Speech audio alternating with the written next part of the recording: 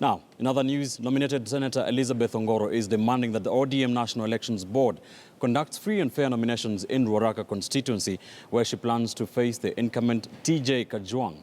Ongoro dismissed reports in a section of the media that she had defected from the Orange Party, saying her political rivals could be behind the rumours.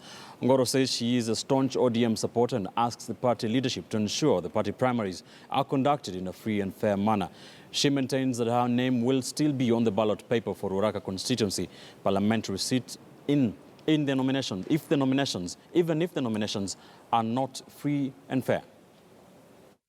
I will be on the ballot for the Ruaraka parliamentary seat.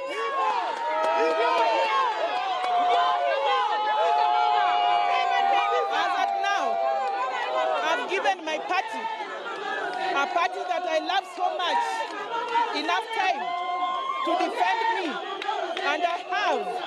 The letters I've been writing since September. I've been writing letters that this aspirant is after my life. They are doing nothing. I will be on the ballot.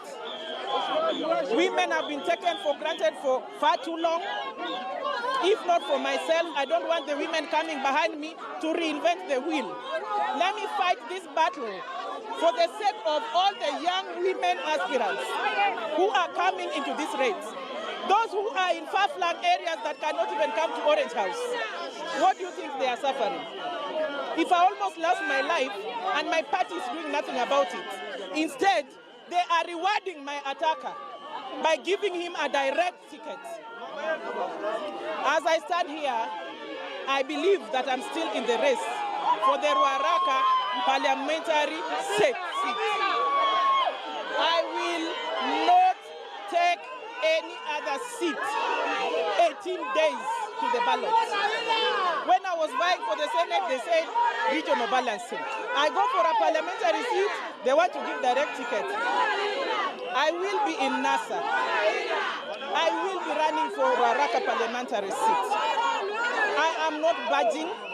I'm not coming out of the race. I am not being cowed. No more intimidation.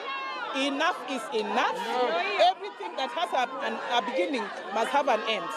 I've taken enough nonsense so far.